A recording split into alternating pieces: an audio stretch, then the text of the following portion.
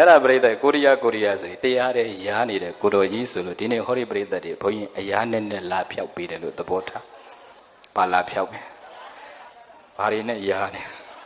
berita ini loba ini ya ni deh, sei doda ini ya ni deh, sei moha mana ni deh, ya ni deh, kili dari ini ya ni deh, sei keliu, tiada li nabi do, ya nene piau deh, so makam mula. Ada ayah lapia pide, jisa mau, una poinnya tu miara piau ni, meso deh ngaso kau popot deh, yang ngaso popot deh. ဘုန်းကြီးကိုပြန်စင်ခြင်းကြည့်လွန်ခဲ့တဲ့3နှစ်လောက်ကလာဟောတဲ့ပုံလေးကဒီပုံလေး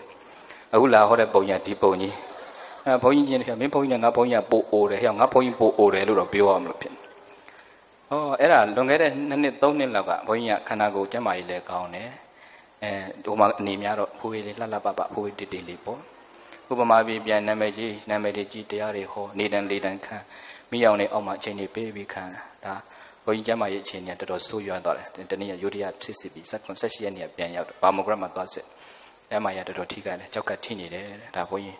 ကြောက်က 50% လောက်ပဲရှိတော့အလုံးလောက်တာအသေးပါဖြစ်တာကိုယ့်ယောဂကိုယ့်ကိုသိတော့ဘုန်းကြီးကတရားနဲ့ဆင်ကျင်နေတာဘယ်သူမှမပြောကျောင်းကလူတွေတော့မသိပရိသတ်စုံလုံးပြောနော်စုံလုံးပြောပြအဲ့ဒါခန္ဓာကိုယ်ကျမ်းမာရေးမကောင်းပင်ပန်းတော့ရုပ်ရည်လေးကြာလာအသားရည်လည်းမဲလာတဲ့အခါကျတော့ တနေ့ကကိုရီးယားပြန်ကြွသွားတော့ကိုရီးယားတက္ကမကြီးတွေကလာကြိုတယ်လေစိမ့်မှာ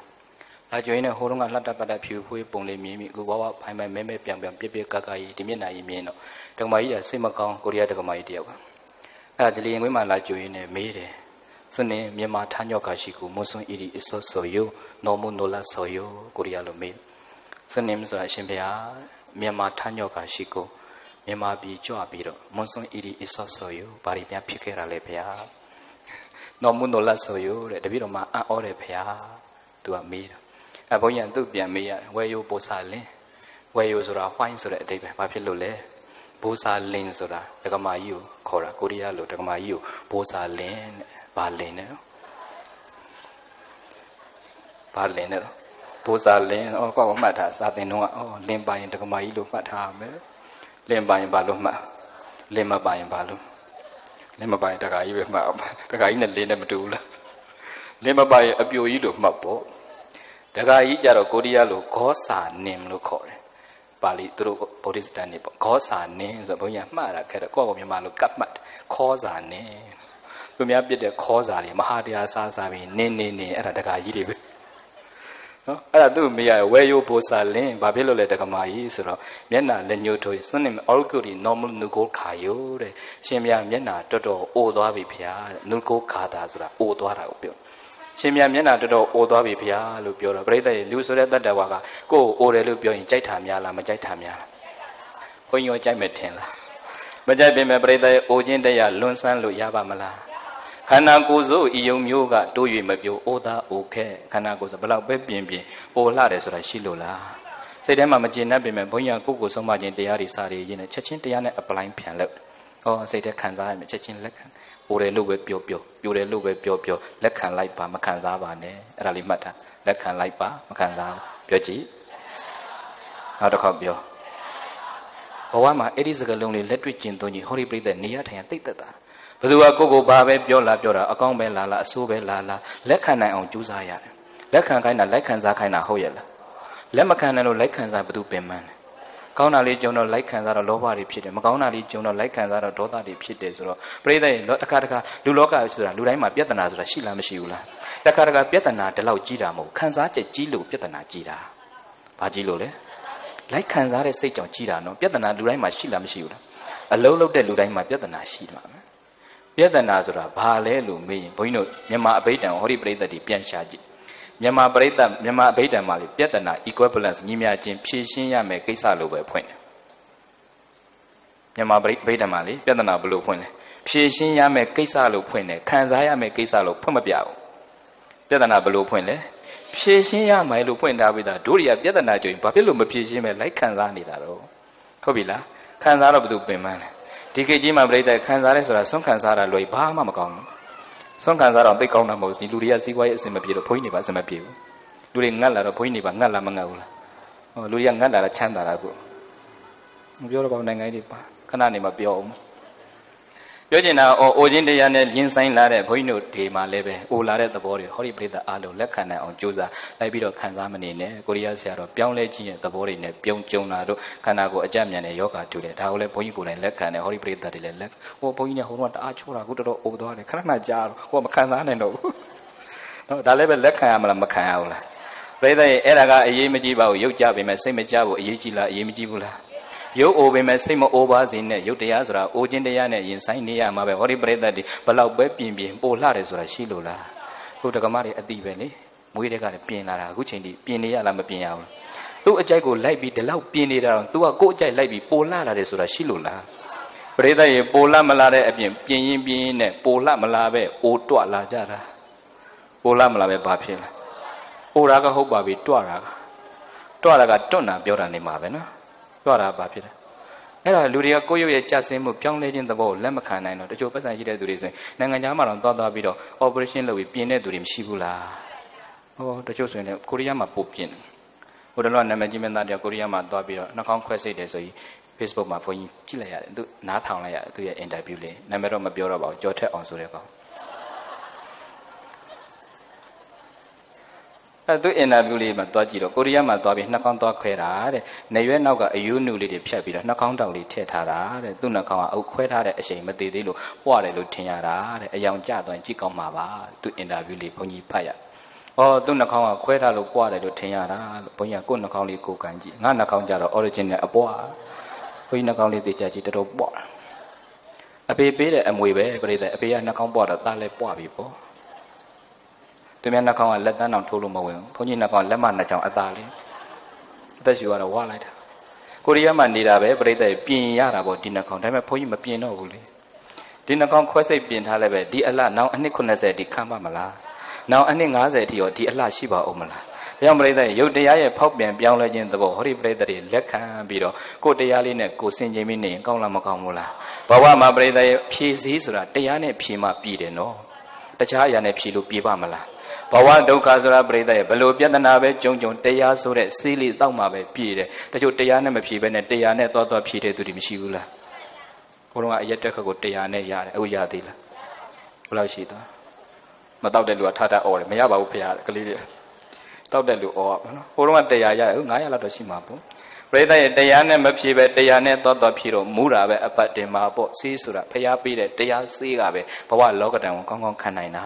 တခြားစေးနဲ့ရပါမလားစေးဆိုတော့တတိယလိုက်ပြန်ပြီအင်တာနက်မှာတခြင်းလေးတစ်ခုနာမည်ကြည့်လိုက်တယ်စေးဆိုတဲ့တခြင်းလေးနော်လူငယ်တွေကရပါတယ်လူလက်ပိုင်းတွေလည်းရပါအဆိုတော်ကမပြောတော့ပါဘူးကော်နီဆိုထားတာ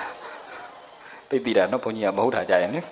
တခြင်းဆိုရင်တစ်ခေါက်လောက်နားထောင်လိုက်ရင်ရတယ်တရားဆိုရင်15ခေါက်လောက်ကြက်တာအိုးနင်းခွန်နေဖြစ်နေကိုယ့်အကူအကုသိုလ်မှာသိပြောတာလို့ငါလည်းဘုန်းကြီးဖြစ်လို့ပဲလူဆိုတာကာရာအိုကေထန်းကထွက်မှာမဟုတ်ဘူးကော်ဒီဆိုတဲ့တခြင်းလေးပါပဲအသေးကွက်ရင်ပျောက်တယ်ဆိုတဲ့ဆေးမင်းမရှိရင်ဖြစ်တယ်ဆိုတဲ့ဆေးကဘာမှာကုတိချလို့မတွေ့သေးဘူးစာသားလေးကောင်းလိုက်တာ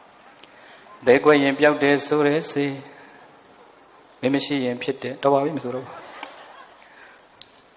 သဲကွက်ရင်ပျောက်တယ်ဆိုတဲ့ဆေးမင်းမရှိရင်ဖြစ်တယ်ဆိုတဲ့ဆေးကဘာမှာကုတိချလို့မတွေ့သေးဘူးတဲ့သူမသိလို့ပြောတာနေမှာလွန်ခဲ့တဲ့သာသနာ2562ခုနှစ်သာသနာဘယ်နှစ်ခုနှစ်ရှိပါ2562ခုဒီမှာ63လို့ရေးထားတယ်ကစုံလားပြည့်ကျော်မှ3လို့ပြင်ဒီကတကူလားပြည့်ပဲရှိတယ်ကစုံလားပြည့်ဗုဒ္ဓနှစ်ကျော်မှ63ဖြစ်မှာနော်အခုက62ခုနှစ်ပဲရှိသေးတယ်ဒီမှာ63လို့ရေးထားတာတွေ့63ကကစုံလားပြည့်ကျော်သွားရင်ပြောင်းလို့ရသာသနာတော်နှစ်ဆိုတာမြတ်စွာဘုရားပြိဋိဘံဆံတော်မူပြီးနောက်ပိုင်းမှာရည်တွက်တဲ့နှစ်ကိုသာသနာနှစ်လို့ခေါ်တယ်ဆိုတော့အဲ့သာသနာ2562ခုနှစ်မှာမြတ်စွာဘုရားဖရာတက်တော်တင်ရှားရှိတဲ့45နှစ်နဲ့ပေါင်းလိုက်ရင်ဘယ်လောက်ဖြစ်သွားမလဲ2562နဲ့45နဲ့ပေါင်းတော့ဘယ်လောက်ရှိလဲကယ်ကူလေတာလေးထုတ်ပြီးပေါင်းကြည့်ပါဦးဖုန်းနေပုတ်ပါများတော့အုံနောက်ကအလုံးမလုံးတော့နော်2562 45ပေါင်းတော့2600ခုမဟုတ်လား2600ခုနှစ်လားဘယ်လောက်လဲ2600ခုနှစ်ပါနော်အဲ့တော့အဲ့ဒီလွန်ခဲ့တဲ့2560ကျော်ကမြတ်စွာဘုရားပွင့်တော်မူခဲ့တဲ့ပိဋကတ်3ပုံတရားတွေဟောလိုက်တာ45နှစ်ကာလပတ်လုံးပိဋကတ်3ပုံနိကေ9ရဲ့ဓမ္မခန္ဓာပေါင်း8400တရားတော်တွေရှိလားမရှိဘူးမြတ်စွာဘုရားရှင်တရားတော်တွေကပြိတ္တရဲ့အသေးကွက်ရင်လည်းတရားနဲ့ဖြည့်နိုင်လားမပြည့်နိုင်ဘူးမင်းမရှိရင်လည်းတရားရှိရင်ဖြစ်လားမဖြစ်ဘူးလား ဟောအသေးကွဲတာတွေမမရှိတာတွေမပြောနဲ့ပြိဿပဒါစာရီလိုသတိလင်းတဲ့အယူတစ်ပိုင်းဖြစ်နေတဲ့သူတောင်ဖရာတရားနဲ့တွေ့တော့တရားရသွားလားမရသွားလားအသေးကွဲရင်ပျောက်တယ်ဆိုတဲ့စေဖရာပေးတဲ့တရားစေရှိပါပြီဗျာမင်းမရှိရင်လည်းတရားရှိရင်ဖြစ်လားမဖြစ်ဘူးလားဟောဒီထဲမှာအသေးကွဲတဲ့သူတွေရှိရင်ကြွခဲ့ပါနော်စေးလေးနဲ့ကုပေးခြင်းပါရောဟောဒီပြိဿတွေဒီနေ့အဲ့တရားနာတဲ့အခိုက်အတန့်မှာအကယ်၍များဖြည့်စည်းလေးများမရှိရင်ဖြည့်စည်းလေးနဲ့ဖြည့်နိုင်ဖို့အတွက်ကိုရီးယားဆရာတော်တရားတစ်ပုဒ်ရွေးထုတ်ပြီးဟောပေးပါမယ်ဗျာဘာတရားလဲပြောပါဦးဩနော်ဩဘုန်းကြီးတော့မကြွသေးခေါင်းစဉ်ကအစမေ့တယ်ဆိုတာဟောဒီပြိဿတယ်နော်ဟုတ်တာပေါ့ဘုန်းကြီးလည်းဟိုတရားမဟောပဲနဲ့ရှောက်ပြောတာနိုင်ဝက်ရှိတော့မယ်နော်ခေါင်းစဉ်မေ့ပြီပေါ့ဖရာဆရာတော်ကြီးတစ်ပါးကအဲ့ကြောင့်မိတ်အောင်ဝိစိတ်တာတဲ့မင်းတို့ကတော့ဟောတာဒီခေတ်တရားနာပြိဿတွေကတဲ့နာပါများတော့ထုံသွားလားမသိဘူးနာလို့နာမှမသိတော့ဘူးနာပါများတော့ဘာဖြစ်ထုံသွားတော့နာလို့နာမှမသိဘူးတဲ့ဒီခေတ်တရားနာပြိဿတွေကထောင်တွက်တွေများတယ်တဲ့ဆရာတော်ဘာတွေများထောင်တွက်တွေဆိုအစိုးရကသူတို့ပြောတဲ့ထင်နေမယ်အစိုးရလည်းထောင်တွက်တွေများတာနော်သူတို့ပြောတာမဟုတ်ဘူးညာဘက်နားကနားထောင်ပြီးတော့ဘယ်ဘက်နားကပြန်ထွက်ဘာမှမမှတ်မိဘယ်ဘက်နားကနားထောင်ညာဘက်နားကပြန်ထွက်ဘာမှမမှတ်မိလို့ထောင်တွက်တွေလို့ပြောတာဟောဒီပြိဿတွေထောင်တွက်တွေမဖြစ်ရအောင်ခေါင်းစဉ်တွေတော့မှတ်မိအောင်မှတ်သွားကြပြမစိုးနှလုံးသားပြောနောက်တစ်ခေါက်ပြောနောက်တစ်ခေါက်ပြောတရားကောင်းစဉ်မှတ်မိပြီလားမှတ်မိရင်တရားသိကြစို့တော်ပြီပေါ့ကောင်းစဉ်တော့မှတ်ပြီမလီကိုလန်းတော့ကိုမမှတ်မိဘူးကြည်စမ်းမဗျမစိုးတရားစတ္တာရိမဏိဘိကဝေဗျမစရိယံဝတ္တတိဘေကဝေจิตသားจิตသမီးတို့ဣဒာဤလောက၌ဗျမစရိယံမြင့်မြတ်သောကျင့်စဉ်ဗျမစရိယဆိုတဲ့ဗျမစိုးတရားတို့သည်စတ္တာရိ၄ပါးအပြားရှိကုန်၏จิตသားจิตသမီးတို့လောကမှာဗျမစိုးတရားဆိုတာရှိတယ်တဲ့ဗျမစိုးတရားဘယ်နှပါလဲဗျမစိုးတရား၄ပါးအဲ့ဒီတရား၄ပါးကိုလက်တွေ့လိုက်နာကျင့်သုံးနိုင်တဲ့ပုဂ္ဂိုလ်တွေကတော့မြင့်မြတ်တဲ့အကျင့်နဲ့ချမ်းသာတဲ့ဘဝကိုရနိုင်တယ်ဆိုရင်မြတ်စွာဘုရားကပြောဗျမစိုးတရားဆိုတော့လောကလူသားတွေကပြိဿရဲ့အခုဘုန်းကြီးတို့နိုင်ငံအပါဝင်တစ်ကမ္ဘာလုံးတယောက်နဲ့တယောက်တိုက်ကြခိုက်ကြရန်နေဖြစ်ကြငြိမ်းချမ်းလို့လားမငြိမ်းချမ်းလို့လားတရားရှိလို့လားမရှိလို့လားဟောဗျမစိုးတရားများလက်ကင်ထားရင်ဘယ်သူနဲ့မှရန်ဖြစ်စရာအကြောင်းမရှိဘူးဘုန်းကြီးကိုရီးယားမှာနေတော့တက္ကမကြီးတယောက်ကရှောက်ဖူးတယ်တရားပွဲတစ်ခုမှာ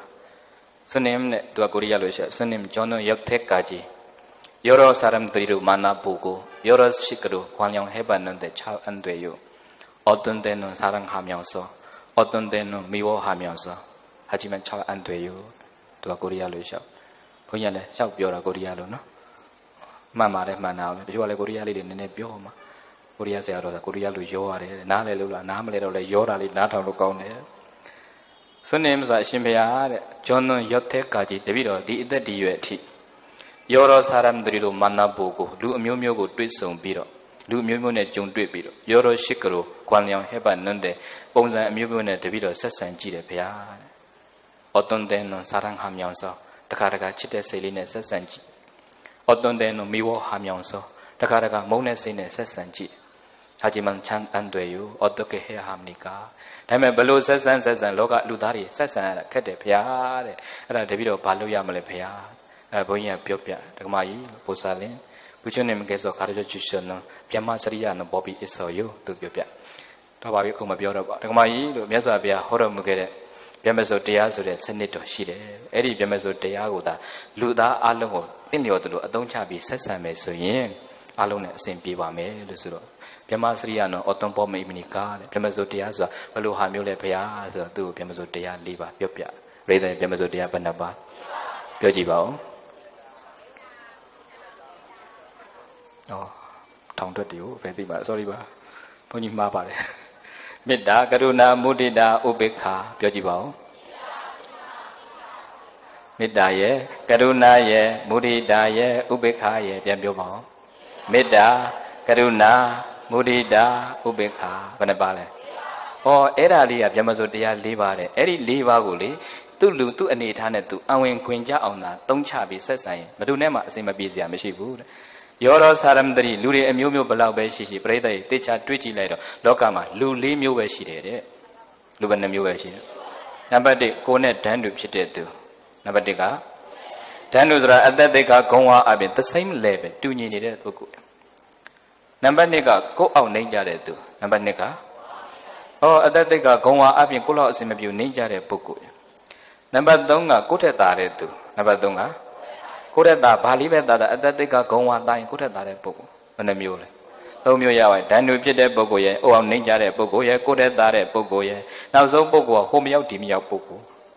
လို့ပုဂ္ဂိုလ်မျိုးတန်းတူလည်းမဟုတ်ဘူးနှိမ့်ကြတာလည်းမဟုတ်ဘူးအထက်လည်းမရောက်တဲ့ပုဂ္ဂိုလ်ဂျားဆိုတဲ့ပုဂ္ဂိုလ်ကရှိသေးတယ်မရှိဘူးလားအဲ့ဒီပုဂ္ဂိုလ်၄မျိုးကိုဗြဟ္မစိုရတရား၄ပါးကိုဒါသူ့လူနဲ့သူအစဉ်သင့်အောင်သုံးနိုင်ပြီဆိုရင်ပြိတ္တိအဲ့ဒါဘယ်သူနဲ့မဆိုဆက်ဆံရင်အစဉ်ပြေပါတယ်ဆိုကြည့်ပါတန်းတူတွေ့လျင်မေတ္တာဝင်မဝင်နိုင်ကပြိုင်တတ်သည်ပြိုင်မဲ့အစားမေတ္တာထားစိတ်ထားပြုပြင်ပြောင်းရမည်တန်းတူတွေ့လျင်မေတ္တာဝင်မဝင်နိုင်ကပြိုင်တတ်သည်ပြိုင်မဲ့အစားမေတ္တာထားစိတ်ထားပြုပြင်ပြောင်းရမည်ဟောဒါလေးကရပြီးသားနော်ရပြီးသားမဟုတ်လားဘယ်ထဲမှာရတော့ဟိုတချင်းထဲမှာဘုရားတဲ့ကိုင်းစားဆိုထားတာအဲ့ဒါတော့မှတ်မိတယ်မူရင်းအစာဆိုရှင်ကပြောက်မူရင်းရေးတဲ့ဆရာတော်ကြီးကမစိုးရင်ဆရာတော်ကြီးရေးထားတာမစိုးရင်ဆရာတော်ကြီးကရေးထားတဲ့ကြပြားကိုကိုင်းစားကနေထွက်နေဝင်ကိုကုန်းရှင်းဆိုပြီးတော့တချင်းတွေရှိလားမရှိဘူးလားသူဆိုလိုက်တော့ပေါက်သွားမူရင်းဆိုတော့ပြောက်သွားတာနော်လောကမှာအတုတွေကသိပေါက်တာနော်အဲ့တော့အိဆာသားလေးကသိအဓိပ္ပာယ်ပြတာပြိတ္တရဲ့ဓာန်တို့တွေ့လျင်မေတ္တာဝင်မဝင်နိုင်ကပြိုင်တတ်သည်ကိုနဲ့အတ္တသိက္ခာဂုံဝါအပြင်တူညီနေတဲ့ပုံကိုယ်တွေနဲ့တွေ့လို့ရှိရင်မေတ္တာစိတ်လေးနဲ့ဆက်ဆံတဲ့အားစိတ်နဲ့ဆက်မေတ္တာမထားနိုင်တယောက်နဲ့တယောက်ပြိုင်တော့တာလေမပြိုင်ဘူးလားကိုပြိုင်တာများလားမပြိုင်တာများမယုံရင်လေဈေးတယ်ချင်းချင်းပမာဈေးတယ်နှစ်ဆိုင်ကြည့်မေတ္တာများမထားနိုင်သူတဲ့ကိုအပြိုင်ဆိုင်နေဖြစ်လားမဖြစ်ဘူးလားဖြစ်ပြီဆိုတော့ပြိုင်လာပြီဆိုရင်အဲ့ဒါပြဿနာတွေတက်လာပြီအနိုင်ရှုံးတွေရှိလားမရှိဘူးလားအနိုင်ရှုံးဆိုရင်နိုင်တာနဲ့ရှုံးတာဘယ်ဟာကောင်းကောင်းမှန်တယ်နိုင်တဲ့လူလည်းမကောင်းရှုံးတဲ့လူလည်းမကောင်းမြတ်စွာဘုရားဇယံဝေဒံပတ္တဝတိဒုက္ခံသေတိပရာဇိတောဇယံအနံ့ရသောသူသည်ဝေဒံယံကိုပတ္တဝတိတိုးပွားစေ၏အနံ့ရတဲ့ပုဂ္ဂိုလ်ကယံများတတ်တယ်အနံ့ရရင်ဘာဖြစ်လဲဟောကိုကနိုင်လို့နိုင်ထားပြီမဲ့ तू ကကိုယ်ပြန်ပြီးလူစုပြီးလာရိုက်နိုင်တာတွေဖြစ်နိုင်လားမဖြစ်နိုင်လားအနံ့ရရင်ဘာဖြစ်တယ်ယံများတယ်ဇယံဝေဒံပတ္တဝတိဇယံအနံ့ရသောသူသည်ဝေဒံယံကိုပတ္တဝတိတိုးပွားစေ၏အနံ့ရတဲ့ပုဂ္ဂိုလ်ကယံများတယ်ပရာဇိတောရှုံးတဲ့သူကတော့ဒုက္ခဆင်းရဲစွာတိတိနေရတတ်တယ်ရှုံးတဲ့သူကဆင်းရဲနေရတယ်ဇရပရာဇယံအနိုင်ရှုံးကိုဟိတဝါစွန့်ထားတဲ့သူတွေကတော့ဥပါတန်တော်ကိလေသာအပူမရှိတဲ့အတွက်ကြောင့်ဒုက္ခချမ်းသာစွာသိတိနေရတယ်ဘယ်သူကမှအနိုင်မယူဘယ်သူကမှအရှုံးမပေးဘူးဆိုအနိုင်ရှုံးမရှိတဲ့စိတ်ကလေးကချမ်းသာတယ်ဆိုတော့တယောက်နဲ့တယောက်ဓာန်တူတွေ့ပြီးမေတ္တာမထားနိုင်လို့ကဈေးတယ်လဲဈေးတယ်ချင်းချင်းပြိုင်နေဆရာသမားလဲဆရာသမားချင်းချင်းပြိုင်နေကျောင်းသားလဲကျောင်းသားချင်းချင်းပြိုင်လားမပြိုင်ဘူးလားအကျိုးလိုလားခြင်းဆိုတဲ့မေတ္တာတရားမထားနိုင်သူ့အကျိုးကိုမလားမလိုလားကို့အကျိုးသူမလိုလားတဲ့မေတ္တာများမထားနိုင်လို့ကတော့ပြိုင်ပြီပြိတ္တပြိုင်ရင်အနိုင်ရှုံးဆိုတာတွေကပေါ်ရင်ပြဿနာတက်လားမတက်ဘူးလားဒါကြောင့်ဈေးတယ်ချင်းချင်းလဲမေတ္တာထားဖို့လိုလားမလိုလားဆရာသမားဆရာမချင်းချင်းထားဖို့လိုလားမလိုလားယောဂီချင်းချင်းထားဖို့လိုလားမလိုလားယောဂီချင်းလည်းမေတ္တာမထားနိုင်တော့ပြိုင်တာတွေမရှိဘူးလားဘုန်းကြီးချင်းချင်းလည်းမေတ္တာထားဖို့လိုလားမလိုလားကိုယ့်ပံကိုလန်ထောင်ပြောအောင်တခါကစဉ်းစားကြည့်လူတွေမေတ္တာမထားနိုင်လို့တယောက်နဲ့တယောက်ယံဖြစ်ရင်လို့ဈေးသက်ချင်းယံဖြစ်သပင်ဆွဲပါရိုက်လို့ရသေးတယ်တို့ဘုန်းကြီးတွေမေတ္တာမထားနိုင်လို့ယံဖြစ်ဘာဆွဲပြီးရိုက်ကြမလဲမသိဘူးဘုန်းကြီးချင်းယံဖြစ်တော့ကရုံချင်းတိုက်တော့ကရုံကတိုက်တွေဖြစ်ကုန်တာနော်ကရုံကတိုက်ဆိုတာဘာချင်းတိုက်လဲကရုံချင်းတို့ပြောကရုံကတိုက်ဆိုဘုန်းကြီးပြန်ရှာကြည့်အောင်ကရုံချင်းတိုက်လို့ကရုံကတိုက်ဖြစ်တယ်နေမှာတခါကျတော့အေးဆေးဆေးကရုံကြီးကတွတ်သူရှိတယ်လူတွေကသွားတိုက်ပြီးတာတော့မရှိဘူးလားလူတွေမြောက်ပြီးတော့အဲ့ဒါဘုန်းကြီးနေပြေးရတယ်ဆိုဘုန်းကြီးတို့နယ်ဘက်မှာရှိဘူးတယ်ဆရာတော်ကြီးနှစ်ပါးတခြားနယ်ကအလှရှိလို့အလှကြွကြတာနှစ်ပါးစကားတပြောနဲ့ရှိရကြအဲ့ဒါသူတို့ကျောင်းသားလေးနောက်ကလိုက်တယ်သူကျောင်းသားနှစ်ယောက်ပါတယ်ထီးလေးတွေထမ်းပြီးဘုန်းကြီးကျောင်းသားနှစ်ယောက်ကဘုန်းကြီးနှစ်ပါးနောက်ကလိုက်အဲ့ဒါနောက်ကလိုက်တဲ့ကျောင်းသားကအေးမလိုက်ဘူးဘုန်းကြီးတွေကိုမြောက်ပဲဟဲ့အောင်နဲ့မင်းဘုန်းကြီးနဲ့ငါဘုန်းကြီးလမ်းလျှောက်တာငါဘုန်းကြီးကမြန်သလားလို့ကျောင်းသားတယောက်ကပြောရှေ့ကဘုန်းကြီးအဲ့ဒါလိုက်ခံစားပြီးခတ်သွတ်လျှောက်ဒီဘက်ကကျောင်းသားမြောက်ပဲတွေ့တာငါဘုန်းကြီးကမြန်သွားပြီကွာအဲ့ဟိုဘက်ကဘုန်းကြီးကမခံနိုင်တော့ခတ်သွတ်ထက်ရှောက်ဒီဘက်ကကျောင်းသားမြောက်မင်းဘုန်းကြီးနဲ့ငါဘုန်းကြီးကသာဝါကြီးတွေ့ကျောင်းသားတွေအဲ့လိုလိုက်လောက်တာပြိဿဘုန်းကြီးနှစ်ပါးသင်္ကန်းကြီးမှပြီးပြေးတဲ့အစဉ်ထိရောက်တယ်မြောက်ပြီးပြေးတဲ့အစဉ်ထိရောက်တယ်လို့မမြောက်ပေးကြပါနဲ့မေတ္တာထားမှပြိဿရေချမ်းသာတယ်မေတ္တာမထားနိုင်လို့ကတော့လေတယောက်နဲ့တယောက်အပြိုင်ဆိုင်နေရှိလားမရှိဘူးလားလူတွေဘလောက်ပဲများဓာန်တူဆိုတာကိုယ်နဲ့အသက်တွေကဂုံဝါအပြင်တူညီတဲ့ပုဂ္ဂိုလ်တွေနဲ့တွေ့ရင်အကျိုးလိုလားတဲ့မေတ္တာလေးထားကြစမ်းပါပြိဿမေတ္တာရဲ့သဘောကအကျိုးလိုလားတာဘာလိုလားတာလဲသူ့အကျိုးကိုလိုလားတာမေတ္တာကိုယ့်အကျိုးလိုလားတာမေတ္တာဆိုတော့မေတ္တာတချို့ကမေတ္တာဆိုရင်အိုးအတန်ပြေကြီးနဲ့မနဲ့စောကြီးလုံးစုံများစွာတတ္တဝချမ်းသာကိုယ်စိတ်မြဲပါစေအဲ့လိုပို့မှမေတ္တာလို့မထင်နဲ့မေတ္တာတွေဘလောက်ပဲပို့ဖို့လက်တွေ့စိတ်မရောက်ဘူးဆိုရင်အဲ့ဒီမေတ္တာကမဆူးရှာဘူးလက်တွေ့မကျင့်တော့ရင်မေတ္တာမဆူးရှာတခါကကျရင်တချို့လည်းမနဲ့စောကြီးထပြီးအော်လုံးစုံများစွာတတ္တဝချမ်းသာကိုယ်စိတ်မြဲပါစေအတန်ပြေကြီးနဲ့အော်တာပဲလက်ကဖြန့်ဆွေခြင်းပိတ်ရဲ့ပါဇက်ကမေတ္တာပို့တခါကမေတ္တာပို့ရင်းနဲ့ကျေးဇူးမဟုတ်လို့နဲ့ကြွက်ကလေးဖြတ်ပြီးကောက်တောင်ပေါက်လိုက်တယ် ဆိုဒီမေတ္တာဘယ်လိုလုပ်ဆူရှာမလဲမေတ္တာဆိုတာအာယုံပြုပြီးပို့မှရောက်တာအဲ့တော့ပြောချင်တာအတန်ပြဲကြီးနဲ့မေတ္တာပို့ရတဲ့အထက်လေလက်တွေ့ဘဝထဲမှာမေတ္တာထားပြီးကျင့်သုံးရင်အဲ့ဒါချမ်းသာပရိသတ်ရဲ့လက်တွေ့ကျင့်သုံးလို့ apply လုပ်လို့ရတဲ့မေတ္တာအလုံးသိပြီးသားကာယကံမေတ္တာဝစီကံမေတ္တာမနောကံမေတ္တာကိုယ်အမူအရာနဲ့အကျိုးကိုလိုလိုက်ရင်ကာယကံမေတ္တာလမ်းဖြတ်ကူးတဲ့အဖိုးတွေဘွားတွေတုံတုံချိနဲ့လမ်းကူးဖို့အခက်အခဲဖြစ်နေဟောငယ်တဲ့သမီးလေးတွေအဖိုးအဖသမီးကူးပေးမယ်ဆိုချင်းတောင်းလေးယူပြီးဟိုဘက်ကူးပေးရင်အဲ့ဒါကိုယ်ကာယကံနဲ့သူ့အကျိုးလိုလားတာမဟုတ်ဘူးလားအဲ့ဒါကာယကံမေတ္တာဖြစ်နေတာပဲပတ်စံမကုံရပဲနဲ့ရတယ်ဝစီကံမေတ္တာဆိုမိတ်ဆွေအချင်းတယောက်စိတ်ဒုက္ခတွေဖြစ်နေတရားလေးနဲ့ဟောပေးတယ်စိတ်အားလေးတွေတက်အောင်ပြောပေးတယ်သူ့အကျိုးလေးတွေဖြစ်ပါစေဆိုစကားလေးပြောပေးတော့ဝစီကံမေတ္တာမဖြစ်ဘူးလားပတ်စံမကုံရပဲလက်တွေ့ရတဲ့မေတ္တာမျိုးအတန်ပြဲကြီးနဲ့ပို့တာမပို့တာတဲ့လက်တွေ့ကျင့်သုံးဖို့လိုလားမလိုဘူးလားပရိသတ်ရဲ့အဲ့ဒါအကျိုးလိုလားတဲ့မေတ္တာထားလို့ရှိရင်ကိုယ်နဲ့အတူတွေ့နေတဲ့ပုဂ္ဂိုလ်တွေအပေါ်မှာအဲ့ဒီမေတ္တာစိတ်နဲ့သာဆက်ဆံဒီကိစ္စကြီးမှာမပြည့်စရာမရှိဘူးတဲ့ပြောမဲ့တာပြောတာယနေ့ခေတ်ကမေတ္တာတတ်တွေများနေတာမေတ္တာတုံးနေတဲ့သူတွေများနေမေတ္တာတွေပြတ်ကုန်သလားမပြတ်ကုန်လားပရိသတ်ရဲ့မေတ္တာတုံးနေများနေတော့နေရာတိုင်းသူ့အကျိုးကိုမလိုဘူးသူ့အကျိုးကိုဖျက်ဆီးတဲ့လူတွေများလားမများဘူးလားသူ့အကျိုးလည်းပျက်စီးအောင်လုပ်တယ်အများအကျိုးလည်းပျက်စီးအောင်လုပ်တယ်ကိုယ်အကျိုးလည်းပျက်စီးအောင်လုပ်တဲ့သူဒီလောကမှာများနေသမျှဒီတိုင်းမြေဘယ်တော့မှမကြည့်ပါဘူးမတိုးတက်ဘူးတဲ့မြတ်စွာဘုရားရှိရင်မေတ္တာကအကျိုးလိုလားနိုင်ရင်အားလုံးကချမ်းသာတယ်ဆိုတော့ပရိသတ်ဘယ်သူတရားပြက်ပြက်မပြက်ပြက်ကိုမပြက်အောင်နေဖို့လိုလားမလိုလားကိုကကောင်းပေမဲ့တစ်ခါသူမကောင်းတာတော့မရှိဘူးလားသူမကောင်းရင်သူ့အကြောင်းပေါ့သူ့အကြောင်းဟာသူ့အကျိုးဖြစ်မှာပေါ့သူ့အကျိုးဟာကိုယ်အစိုးမဖြစ်ဘူးကိုကောင်းဖို့ပဲကြိုးစားဖို့လိုလားမလိုလားဆိုကြည့်ပါတန်တူတွေ့လျင်မေတ္တာဝင်မဝင်နိုင်ကပြိုင်တတ်သည်ပြိုင်မဲ့အစားမေတ္တာထားစိတ်ထားပြုပြင်ပြောင်းရမည်ဘေကဝေจิตจิตမေတို့ဣဒဤလောက၌မေတ္တံဘာဝေတပံအချင်းချင်းအကျိုးလိုလားတဲ့မေတ္တာလေးထားခြင်းအပြင်ကိုယ်နဲ့တန်းတူတွေ့နေတဲ့ပုဂ္ဂိုလ်တွေအပေါ်မှာဆက်ဆံရေးကောင်းကောင်းမွန်မွန်အစဉ်ပြေနိုင်ပါတဲ့ရဲ့လို့ဘဂဝါဘုန်းတော်၆ပါးသခင်ဘုရားရှင်ကိုယ်တော်မြတ်ကြီးသည်အဘောဇာကရုဏာရှိတာပညာအပြင်ကောင်းစွာမသွေမိန်ကြတော်မူခဲ့ပါပေတည်းပြမစိုးနှလုံးသားတရားတော်ပရိသတ်ရေပါတရားမြတ်စွာဘုရားကလောကမှာလူတွေဘလောက်ပဲများလူတွေကိုခွဲကြည့်လိုက်ရင်၄မျိုး၄စားပဲရှိပါတယ်တဲ့ကိုယ်နဲ့တန်းတူဖြစ်တဲ့ပုဂ္ဂိုလ်ကိုအောင်နှိမ့်ကြတဲ့ပုဂ္ဂိုလ်ကိုယ်နဲ့သားတဲ့သူရဲ့ဂျာလူဆိုတဲ့ပုဂ္ဂိုလ်၄မျိုးပဲရှိပါတယ်အဲဒီ၄မျိုးမှာကိုယ်နဲ့အသက်သိက္ခာဂုဏ်ဝါအပြင်တူညီတဲ့သူတွေနဲ့တွေ့တဲ့အခါအကျိုးလိုလားတဲ့မေတ္တာလေးထားပြီးတော့ဆက်ဆံရတယ်မေတ္တာမထားနိုင်လို့ရှိရင်ပြိုင်တတ်တယ်ပြိုင်ရင်အနိုင်ရှုံးနေဆိုတာရှိလာတတ်တယ်နိုင်ရင်လည်းမကောင်းရှုံးရင်လည်းမကောင်းမေတ္တာတွေမတုံ့ကြပါစေနဲ့နံပါတ်1မေတ္တာနဲ့ဆက်ဆံဘာနဲ့ဆက်ဆံဟောဒုတိယဆက်ဆံမှာလောကမှာကိုယ်အောင်နှိမ့်ကြတဲ့သူတွေရောမရှိဘူးလားပြိတ္တအဲ့ဒီသူတွေနဲ့တွေ့ရင်လည်းမြတ်စွာဘုရားကပြောမယ်ဆိုတရားတဲ့ဆက်ဆံပါဆိုကြည့်ပါကိုယ်အောင်ငယ်လည်းရင်ကရုဏာဝင်မဝင်နိုင်ကနိုင်တတ်သည်နိုင်မဲ့အစားကရုဏာထားစိတ်ထားပြုပြင်ပြောင်းရမည်ကိုယ်အောင်ငယ်လည်းရင်ကရုဏာဝင်မဝင်နိုင်ကနိုင်တတ်သည်နိုင်မဲ့အစားကရုဏာထားစိတ်ထားပြုပြင်ပြောင်းရမည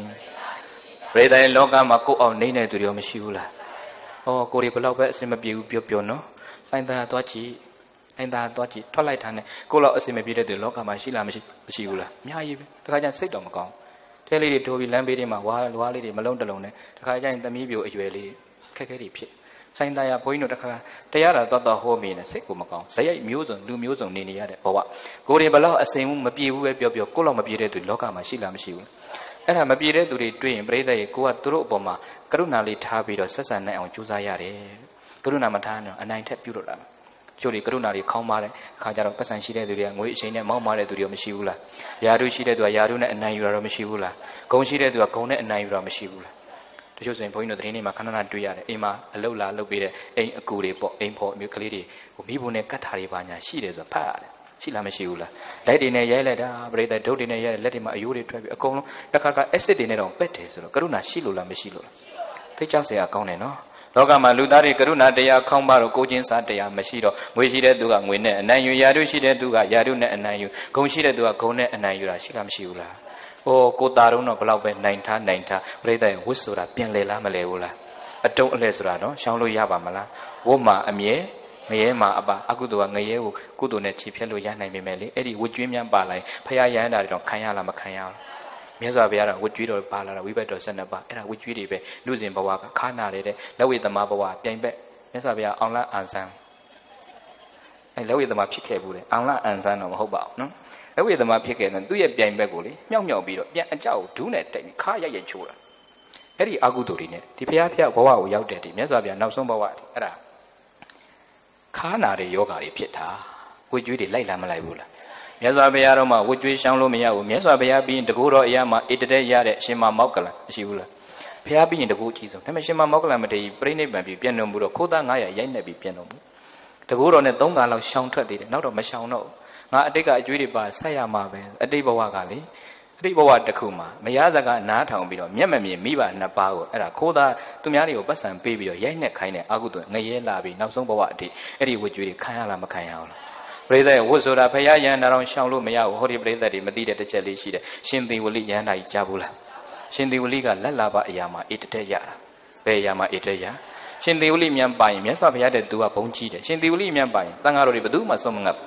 ်တော်တယ်ဘယ်သူမှဆုံးလောင်းမဲ့သူမရှိတော့ရှင်သေဝလိမြန်ပါသွားရင်လေတော်တဲ့ကမြောက်တွေစင်တွေကငပြောသီးတွေတစ်သီးတွေလှူတာရှင်သေဝလိကလက်ကောင်းတဲ့အရာမှာဣတတဲ့ရဒီဗုဒ္ဓဘာသာတွေဒီနေ့ခေတ်မှာရှင်သေဝလိရုပ်ပွားတော်တွေအိမ်မှာကိုးကွယ်ထားတဲ့သူတွေမရှိဘူးလာ